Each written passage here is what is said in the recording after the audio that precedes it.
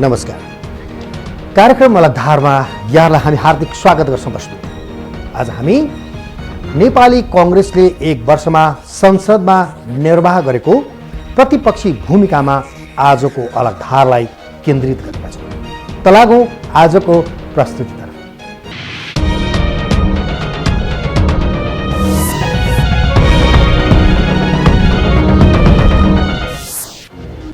अब आजको प्रस्तुति दर्शकवृन्द केपी ओली नेतृत्वको सरकारको एक वर्ष कार्यकालको मूल्याङ्कन पक्ष र विपक्षमा तर्क वितर्कहरू गरिए। दर्शकवृन्द, प्रमुख प्रतिपक्षी दल नेपाली कांग्रेसले सरकारको काम गर्न नसकेको टिप्पणी गर्यो। यो एक वर्षमा संसदमा प्रमुख प्रतिपक्षी दलले चाहिँ कति प्रभावकारी भूमिका खेल्यो त भन्ने प्रश्न पनि अहिले सँगसँगै उठेका छन्।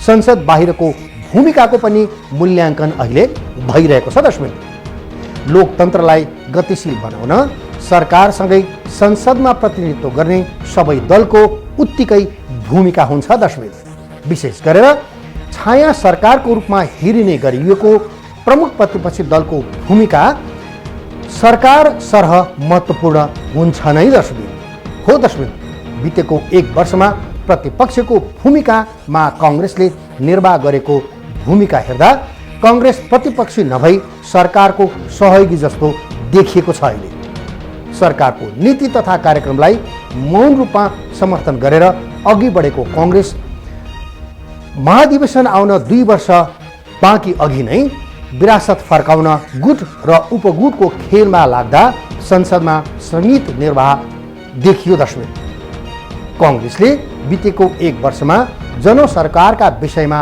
10% पनि काम गर्न सकेको देखिँदैन। दर्शक, बाँकी अलगधारको यो रिपोर्ट।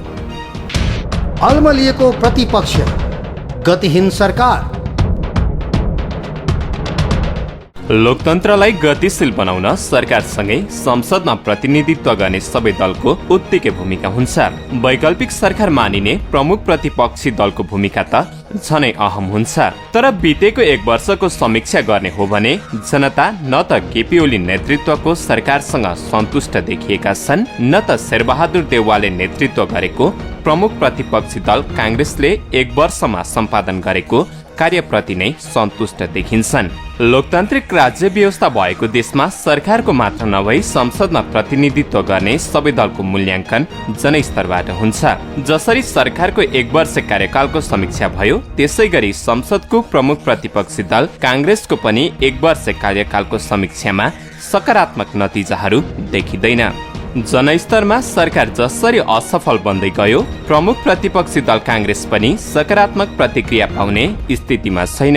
सरकार बनेपछि रचनात्मक प्रतिपक्षीको भूमिका निर्वाह गर्न नसकेको गुनासो जनस्तरमा मात्र होइन, स्वयं आफ्नै दलका पुराना नेताहरूले पनि प्रतिक्रियाहरू दिँदै आएका छन्। सत्ता पक्षलाई समेत सही बाटोमा हिँडाउनलाई प्रेरित गर्ने र सघाउ पुर्याउने काम त प्रतिपक्षको हुन्छ। त्यसकारण प्रतिपक्षको भूमिका सबैभन्दा बलियो र सबैभन्दा स्वस्थ राम्रो हुनुपर्ने हो। तर अहिले हुन त मेरो पार्टी पहिला मैले काम गरे पार्टी हो, विशेष प्रसाद कोइराला जस्तो एउटा वरद नेतृत्व, गणेश मानजी, किशुनजी जस्तो नेता हुनुभएको पार्टी, त्यो पार्टीले डेमोक्रेसी बुझेर त्यस किसिमको सत्ताको काम पनि गर्न सक्थ्यो र प्रतिपक्षको काम पनि गर्न सक्नुपर्ने हो। तर अब अहिले मैले गर्न सकेको देखाएको छुइनँ। अब खास गरिकन मैले हेर्दाखेरि अहिले प्रतिपक्ष भनेर जुन नेपाली कांग्रेस पार्टी छ, त्यो त्यति सफल मैले देख्न सकेको छैन। किनभने यसले विभिन्न इस्युजहरू जो उठ्यो, त्यो इस्युजहरूमा यसले आफ्नो ठोस कुरो चाहिँ पार्लियामेन्टमा उठाउन सकेको अवस्था पनि देखिएन। प्रतिपक्षी दलको भूमिका सरकारलाई खबरदारी गर्ने हो। सरकारले चाल्ने हरेक कदमलाई छाया बनेर पछ्याउने हो। सरकार गलत गर्दैछ भने त्यसलाई विरोध गर्ने हो। उसलाई लगाम लगाउन जनस्तरबाट विरोधको प्रतिनिधित्व गर्ने हो। तर यो एक वर्षमा प्रतिपक्षी कहाँ थियो? सरकारको छाया बनेर किन पछ्याउन सकेन? जनस्तरबाट निरन्तर आवाज उठ्यो, तर कांग्रेस चुपचाप रह्यो। प्रचण्डजीले कुहिया फलफुल चाहिँ फोको बोकेर हिँड्नु भएको छ, त्यही फलफुलबाट चाहिँ केही झरझर चाहिँ अनि त्यहाँबाट खाउँला कि भनेर यिनीहरू पछि लाएर हिँडेका छन्। न त्यो चाहिँ प्रचण्डले ल्याएको चाहिँ फलफुलले मुलुकलाई कल्याण हुन्छ, न चाहिँ त्यो कुहिएको छ। त्योसँग पुरानो हाम्रो इतिहासको गौरव केही पनि गाँसिया छैन, हाम्रो चिनारी राष्ट्रको केही पनि गाँसिया छैन, हाम्रो थितिरीति व्यवस्था त्यसै कारण अव्यवस्थित भएको दुरावस्था भएको कारण त्यो त्यस्तो कुरो लिएर यो दिमाग शून्य भएर प्रचण्ड हिँड्ने अनि त्यसैलाई चाहिँ लयमा त्यसबाट पनि केही लिएर चाहिँ हामी क्रान्तिकारी र आधुनिक भएर चाहिँ हामी केही गर्छौँ र पार्टीलाई पनि जोगाउँछौँ, देशलाई पनि देशको राजनीति पनि गर्छौँ भनेर हिँड्ने भनेपछि यो दुइटै चाहिँ फजुल कुराहरू हुन्। यसबाट केही प्राप्त हुँदैन।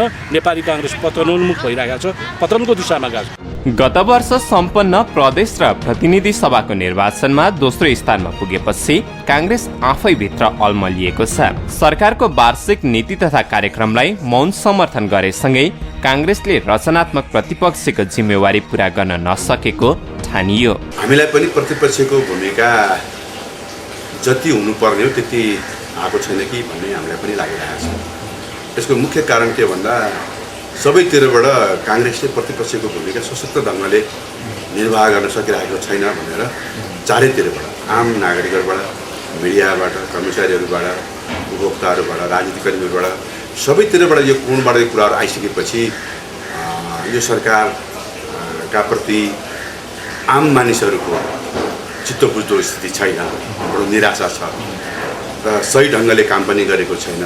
संविधानको उल्लङ्घन भएको छ, शान्ति सुरक्षा दिन सकेको छैन, सुशासन दिन सकेको छैन, करप्सनहरू बढेको छ। त्यस्तो बेलामा पनि काङ्ग्रेस के हेरेर बसिरहेको छ भनेर आम रूपमा प्रश्न आइरहँदाखेरि हामीलाई पनि अहिले लागिरहेको छ हाम्रो भूमिका अब अझ बढाउनुपर्छ, अझ सशक्त ढङ्गले अगाडि बढाउनुपर्छ भन्ने हामीलाई पनि लागिरहेको छ। संसदमा उठान गर्नुपर्ने विषयहरू अनेक छन्, तर काङ्ग्रेस संसद र संसद बाहिर जति बोल्नुपर्ने हो त्यति बोलिरहेको छैन भन्ने टिप्पणीहरू पनि सुनिएको छ। उसो त सरकार पनि जनताको नजरमा माथि उठ्न सकेको छैन। एकपछि अर्को अलोकप्रियताको शिकार बनेको छ सरकार। तर संसदको प्रमुख प्रतिपक्षी पार्टीको हविगत यति न्यून भएको छ कि सरकार प्रमुख प्रतिपक्षी छ र भने जस्तो गरिरहेका छन्। एक वर्षको अवधिमा अलिकति चाहिँ हामीले चाहिँ पर्खर हेरेको पनि नीति लिएको हो। किन लिएको हो भन्दा एउटा त काङ्ग्रेस आफै तौलो भएर जनताको भन्दा अगाडि बढेर आफै चाहिँ प्रतिपक्षी हुन खोजेका पनि होइनौँ। किनभने मुद्दा प्रतिपक्षले आफैले इस्यु गर्ने होइन, प्रतिपक्षले बोक्ने मुद्दा भनेको जनताको मुद्दा बोक्ने हो। प्रतिपक्षले सरकारले गरेका गलत कामहरूको खबरदारी गर्ने हो। त्यसैले सरकारले गलतको काम गर्ने, खबरदारी गर्ने, जनताका मुद्दा उठाउने, जनताका मुद्दाहरू के हुन् भन्ने कुरालाई त्यसलाई चाहिँ हामीले चाहिँ ग्रहण गर्ने, यो विषयमा चाहिँ केही समय लाग्यो होला। तर अब तपाईँले आगामी दिनहरूमा देखिरहनुहुन्छ कि हामी संसददेखि लिएर सडकसम्म पनि जनताका बिचमा हामी जान्छौँ। तर जहाँसम्म तपाईँले संसदको कुराहरू गर्नुभयो, संसदमा सबै मुद्दाहरू उठेका छन्। तर हाम्रो अवरोध कहाँसम्म रहन्छ भने हामीले हाम्रा कुराहरू बोल्ने हो, संसदमा संशोधन प्रस्ताव राख्ने हो, त्यो प्रस्तावको पछिमा जनमत सृजना गर्ने कोसिस गर्ने हो, सरकारलाई नगर्नका लागि खबरदारी गरेर उठेर चाहिँ हामीले भन्ने हो। र अझ त्यहाँभन्दा पनि अगाडि बढ्न पर्यो भने वेलसम्म पुगेर यो चाहिँ राष्ट्रघाती छ, यो जनता विरोधी छ, यो चाहिँ संविधान विरोधी छ भनेर वेलसम्म पुगेर हामीले चाहिँ हाम्रो असम्मति जनाउने हो। 33 किलो सुनकाण्डमा प्रधानमन्त्रीले संसदमा उभिएर भाषण गरे पनि ठूला माछा समात्न सरकार असमर्थ रह्यो। यो विषयमा काङ्ग्रेस मौन छ, भ्रष्टाचार मौलाएको छ। अख्तियार आयुक्त भ्रष्टाचार काण्डमा मुस्तिँदा काङ्ग्रेसले सीमित आवाज बाहेक उठाउन सकेको छैन। व्हाइट बडी काण्डमा पार्टी सभापतिको नाम जोडिएपछि यो मुद्दाबाट काङ्ग्रेस भागेको छ। निर्मला काण्ड र बढ्दो महिला हिंसामा केही सांसदले आवाज उठाए पनि मुद्दा बनाएर अगाडि जान काङ्ग्रेस असमर्थ रह्यो। सुशासन नारामा सीमित हुँदा काङ्ग्रेसको आवाज विलय भएको छ। जनस्तरसँग जोडिएका विषयमा काङ्ग्रेसमा मौनता छाएको छ, तर पार्टीका सांसद भने यो कुरा मान्न तयार छैनन्। हाम्रो यो चरित्र छ नि शान्तिपूर्ण रूपमा रूपान्तरण हैन, लोकतान्त्रिक मूल्य र पद्धतिको अनुसारको विरोध, खबरदारी, त्यो भूमिका निभाउँदा चाहिँ यो छ नि कम्युनिस्ट भनेको चाहिँ साम्यवादी, जहाँ पनि उनीहरूलाई चाहिँ यो अभिव्यक्ति स्वतन्त्रतालाई पनि स्वीकार नगर्ने शक्ति हुनाले चाहिँ तपाईँले भने जस्तो सशक्त रूपमा चाहिँ प्रतिपक्ष जानुपर्छ भनेर पछिल्लो 6 महिनामा चाहिँ हामीले त्यो भूमिका पनि निभायौँ। जहाँसम्म तपाईँले कुरा उठाउनु भयो यो सरकार काण्डै काण्डमा छ। सुरुका दिनमा चाहिँ 33 किलो सुन काण्ड हैन, त्यसै यातायात सिन्डिकेट काण्ड, ठेकदारहरूको काण्ड, निर्मला हत्याकाण्ड, वाइड बडी काण्डसम्मको आइपुग्दा चाहिँ यो भ्रष्टाचारलाई संस्थागत भयो भनेर नेपाली काङ्ग्रेसले महासमितिको बैठकले पनि पारित गर्यो, केन्द्रीय समितिले पनि पारित गर्यो। दोस्रो वाइड बडीमा तपाईँले अघि न आदरणीय पार्टी सभापतिको पनि नाम उछेर चाहिँ काङ्ग्रेसले वाइड बडीको कुरा उठाउन छोड्या हो कि भन्ने कुरा जुन उठान गर्नुभएको छ, यो हिउँदे 80 अधिवेशनको सुरुवातमा नै हाम्रो आदरणीय पार्टी सभापतिज्यूले वाइड बडी विमान खरिदमा सत्य तथ्य को हो, दोषी अपराधी को हो, त्यसलाई कारबाही हुनुपर्छ उहाँले पनि राख्नुभयो। बार हामीले पनि राखिरहेछौँ। अहिले पनि यो हाम्रो मुद्दा ज्वलन्त छ। महासमिति बैठकपछि काङ्ग्रेस केही जागेको जस्तो देखिन्छ। उसले संसदमा राष्ट्रिय चिकित्सा शिक्षा विधेयक 2075 लाई तोडमोड गरेर पारित नगर्न अनेक उपाय अपनाएकै हो।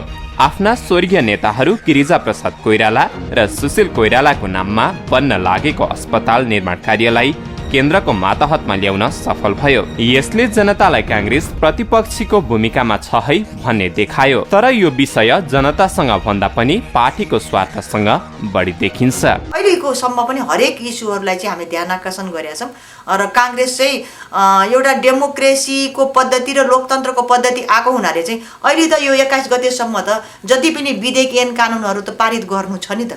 सधैँ सदन अवरुद्ध गरेर संसदीय गतिविधि त अगाडि जान सक्दैन नि त। संसदीय लोकतान्त्रिक संसदीय पद्धतिको त एउटा चाहिँ हिमायती हो नि नेपाली काङ्ग्रेस। आज यी कम्युनिस्टलाई त यो संसदीय पद्धतिभित्र, शासन पद्धतिभित्र त हामीले ल्याइ पुरा हो नि। त्यस कारणले गर्दा चाहिँ हामीले यावत जनताको कुराहरू सजग पनि गरेका छौँ, विशेष कार्यक्रम लिएर होइन, विशेष उसमा बोलेर समयमा, शून्य समयमा। पछिल्लो कालमा के भएको छ भने एकदम फास्ट ट्र्याक मार्फत चाहिँ हताहत विधेयकहरू ल्याउने, छलफल नगर्ने, धेरै समितिमा पनि ढिलो पठाउने, समितिमा पनि एकदम फास्ट छलफल गराउने, पास गराउने र यो विशेष समय पनि धेरै कटिराखेका छन्। विधेयक ल्याउने नाममा शून्य समय पनि कटिराखेका छन्। त्यस कारणले गर्दा चाहिँ हामी चाहिँ सबै ध्यान चाहिँ विधेयकमा गएर हामीले अहिले चाहिँ यो यावत मुद्दाहरूलाई चाहिँ समय पाएको ठाउँमा चाहिँ हामीले सरकारलाई खबरदारी गरेका छन्। तर रेकर्डेड हुन्छ सरकारलाई हामी खबरदारी गर्छौँ कि, तर रेकर्डेड संसदमा हुन्छ, त्यसको कारणले सरकार सत्ता पक्षको भए पनि संसद प्रतिपक्षीको हो। तर बितेको 1 वर्षमा काङ्ग्रेसले खेलेको प्रतिपक्षी भूमिकाले त्यस्तो देखाउँदैन। सरकार एकपछि अर्को अलोकप्रियताको सिँढी चढिरहँदा जनचाहना अनुसार काङ्ग्रेसले खबरदारी गर्न सकेको अवस्था भने छैन। यसले लोकतन्त्रको गतिशीलतामाथि प्रश्न उठाएको छ। अब एकैछिन छोटो विश्रामपछि कार्यक्रम अलग धारको बाँकी अंश लिएर एकैछिनपछि उपस्थित हुनेछौँ।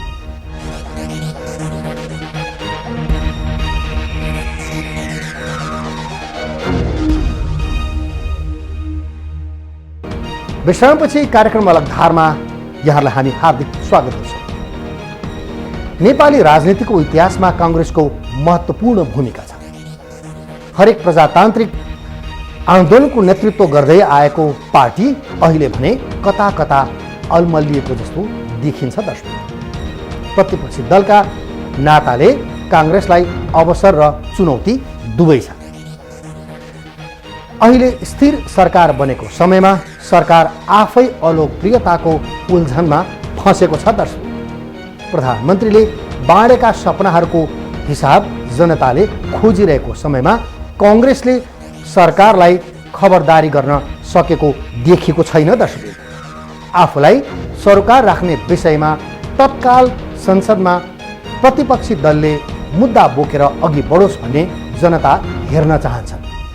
तर काङ्ग्रेस जनताको विश्वासलाई टेकेर खरो रूपमा अघि आउन सकेको देखिएको छैन। दर्शक, काङ्ग्रेसलाई अझै पनि सत्तामा जान पाइन्छ कि भन्ने लोभ जीवित रहेको काङ्ग्रेसकै पूर्व नेताहरू बताउँछन्। बोल्नुपर्ने विषयहरू अनेक छन्। दर्शक, संसदमा उठान गर्नुपर्ने विषयहरू पनि अनेक छन्। तर काङ्ग्रेस संसद र संसद बाहिर आवाज विहीन भएको छ। मुद्दाहरूबाट भागेको अनुभूति जनमानसमा छ। दर्शक, यसले प्रतिपक्षको राजनीतिलाई बिर्सेर काङ्ग्रेस भौतारिएको हो कि भन्ने भान भएको छ। बाँकी अलग धारको यो रिपोर्ट। चुकिरहेको छ काङ्ग्रेस, सरकारलाई आइसन्चो। काङ्ग्रेसको प्रतिपक्षी भूमिका यो पहिलो पटक भने होइन। 2050 साल पश्चात मनमोहन अधिकारीको 9 महिने सरकार होस् वा शान्ति प्रक्रिया पछाडि 2064 सालको निर्वाचन पश्चात होस्, 2070 पश्चात पनि प्रचण्ड तथा केपी शर्मा ओली नेतृत्वको सरकारको समयमा प्रतिपक्षीको भूमिकामा काङ्ग्रेस देखिएकै हो। भिन्न के छ भने पहिले अस्थिर राजनीति र सत्ता परिवर्तन हाबी थियो भने अहिले सरकार स्थिर छ। यो 1 वर्षको बीचमा प्रतिपक्षीको तर्फबाट संसदको सामान्य विमति र प्रस्तुति भन्दा बाहेक नेपाली कांग्रेस पार्टीले एउटा मात्रै पनि उपत्यका बन्द र एउटा मात्रै पनि नेपाल बन्द गरेर सरकारलाई असहयोग गरेन। नेपाली कांग्रेस पार्टीको भातृ संगठनहरूबाट कहीँ प्रस्तुत हुँदै गर्दा सानातिना छिटपुटका घटनाहरू, तोडफोडका घटनाहरू भयो होला, तिनलाई क्रमशः परिमार्जितै गरेर जाने हाम्रो दायित्व छँदैछ। तर नेपाली कांग्रेस पार्टीले राष्ट्रव्यापी रूपमा त्यो प्रकृतिको घटनालाई निरुत्साहित गर्ने र शालीन ढङ्गले आफूलाई प्रस्तुत गर्यो र नेपाली कांग्रेस पार्टीले त्यो प्रस्तुत गरिरहँदै गर्दा नेपाली कांग्रेस पार्टीले कमजोर प्रतिपक्षको आरोप पनि दियो। तर जिम्मेवार ढङ्गले देशको समृद्धिको लागि अगाडि बढौँ भन्ने आग्रहका कारण नेपाली कांग्रेस पार्टीको शालीन ढङ्गको सहयोग। संसदको प्रमुख प्रतिपक्षी दललाई भोलिको सरकार भन्ने चलन पनि छ। त्यसैले जनअपेक्षा स्वाभाविक रूपमा प्रतिपक्षीबाट धेरै हुन्छ। आफूलाई सरकार राख्ने विषयमा तत्काल संसदमा प्रतिपक्षी दलले मुद्दा बोकेर अघि बढेको जनता हेर्न चाहन्छन्। तर काङ्ग्रेसले विभिन्न ऐनको विषयमा, अभिव्यक्ति तथा प्रेस स्वतन्त्रताको विषयमा, कूटनीतिक चासोको विषयमा सत्ता पक्षले जे गरे पनि हुन्छ भन्ने कुरा भेनेजुएला प्रकरणले प्रस्ताए पनि काङ्ग्रेसले मौनता देखायो। धर्मनिरपेक्ष राज्यमा विवादास्पद संस्थाहरूले गरेको कार्यक्रम लगायतका विषयमा न त सरकारलाई जागरुक बनाउन सक्यो, न त जनचाहना अनुसार सशक्त प्रतिकार गर्न सक्यो। भलै सांसदहरू स्वीकार गर्न भने तयार छैनन्। सरकार चाहिँ प्रतिपक्षले कुरा उठाएको कुराहरूमा ध्यानै दिइरहेछन् के। उसको सबै ध्यान के छ भने सत्ता सञ्चालन गर्ने, 2/3 चाहिँ जे गरे पनि हुन्छ। त्यसै कारण सरकारले यो 2/3 को दम्म देखाएको कुरा चाहिँ उसको पार्टीभित्रबाट पनि त विरोध भइरहेछ। सरकार नालायक भइसक्यो, सरकार निकम्बा भइसक्यो, सरकारले सुशासन दिन सकेन, सरकारले पारदर्शिता कायम गर्न सकेन। यसको एउटा पुल नारा थियो नि त, समृद्धि, विकास र सुशासन, तीनटैमा फेलियर भयो। त प्रतिपक्षले किन गरेन भन्नुभएको छ। प्रतिपक्षले त हामीले त खबरदारी गर्ने हो नि त, हामीले त ध्यान आकर्षण गर्ने हो नि सरकारको, हामीले त जनताको मुद्दा उठाउने हो नि। त्यो मुद्दा त हामीले आफ्नो पालामा त उठाइरहेका छौँ। हामीले के छौँ भने सदनका कुर्सी भाँच्या छैन, सडकका रेलिङ तोड्या छैन र जनतालाई अवरुद्ध गरिकन चाहिँ हडताल गरेका छैनौँ कि हामीले। आम हडताल बन्छ बन्द, त्यो चाहिँ हामीले गरेका छैनौँ। 1 वर्षको अन्तरमा काङ्ग्रेस आन्तरिक गुट र उपगुटको खेलमा व्यस्त भएको देखिन्छ।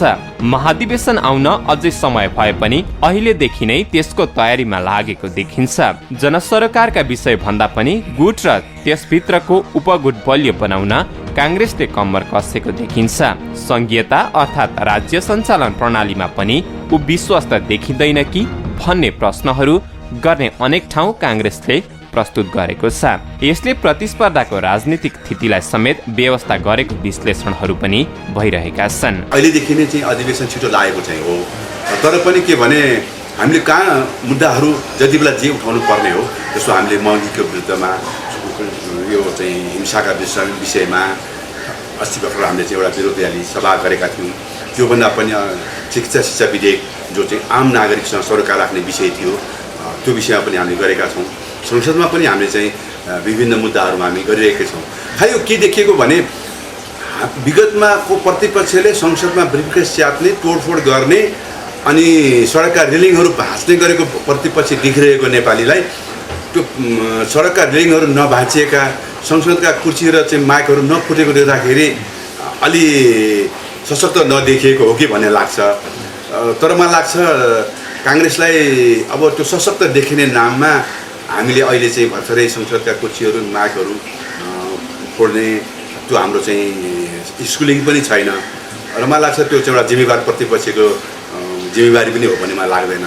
त्यसैले हामी जनतालाई साथमा लिएर, मैले अघि भने जस्तै आम रूपमा तपाईँ तरकारी पसलमा जानुहोस्, कर तिर्ने खानुहोस्, पेट्रोल लिने ठाउँमा जानुहोस्, सामान लिने ठाउँमा जानुहोस्, गाडी चढ्नुहोस्, ट्याक्सी चढ्नुहोस्, जहाँ पनि जनताको त्यो जुन असन्तुष्टि देखेको छ, ती जनताका असन्तुष्टिहरूलाई नै लिएर, ती असन्तुष्टिहरूलाई नै मुद्दा बनाएर हामी जाने हो। संसदमा काङ्ग्रेसका सीमित सांसदको सक्रियता देखिन्छ। बोलेका विषयहरू प्रस्ट्याउन नसक्ने सांसदहरूको लहरको साथ संसदीय दलका प्रमुख नेता तथा पार्टी सभापतिको उदासीनताले र पार्टीभित्रको गुटगत खेलले काङ्ग्रेसलाई यति कमजोर बनाएको छ कि सरकारले समेत प्रतिपक्षीलाई गन्न छाडेको चिकित्सा शिक्षा विधेयक प्रकरणले स्पष्ट पारेको छ। प्रतिपक्षलाई पनि केवल अब सत्ता गइहाल्छ, यिनीहरूको पनि यो कम्युनिस्ट आजको विश्वमा कम्युनिजम भन्ने रहने कुरा पनि होइन।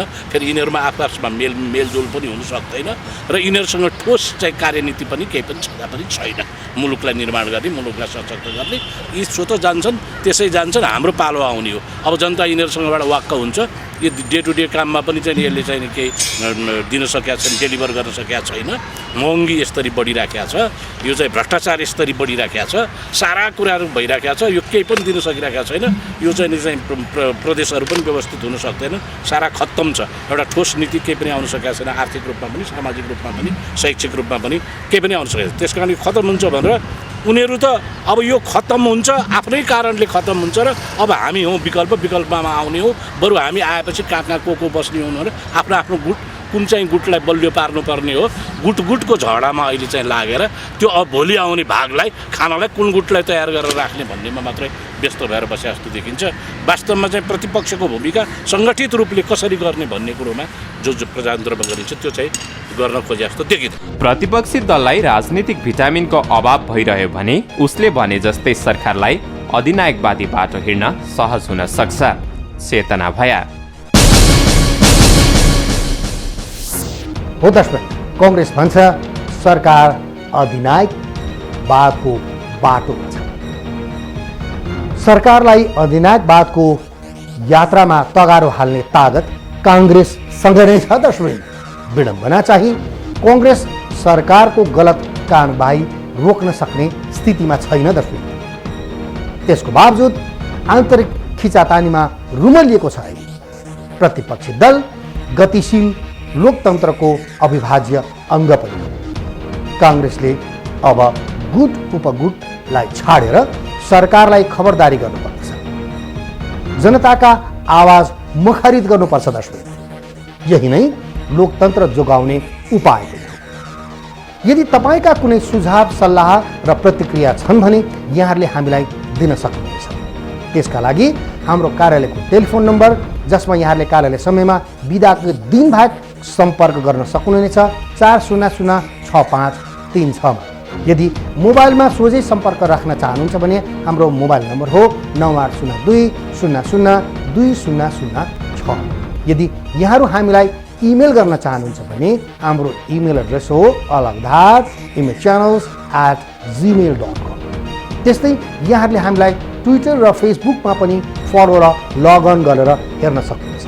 हस्त आजको अलगधारको प्रस्तुति यति नै। अलगधारको सम्पूर्णलाई बिदा दिनुहोस्।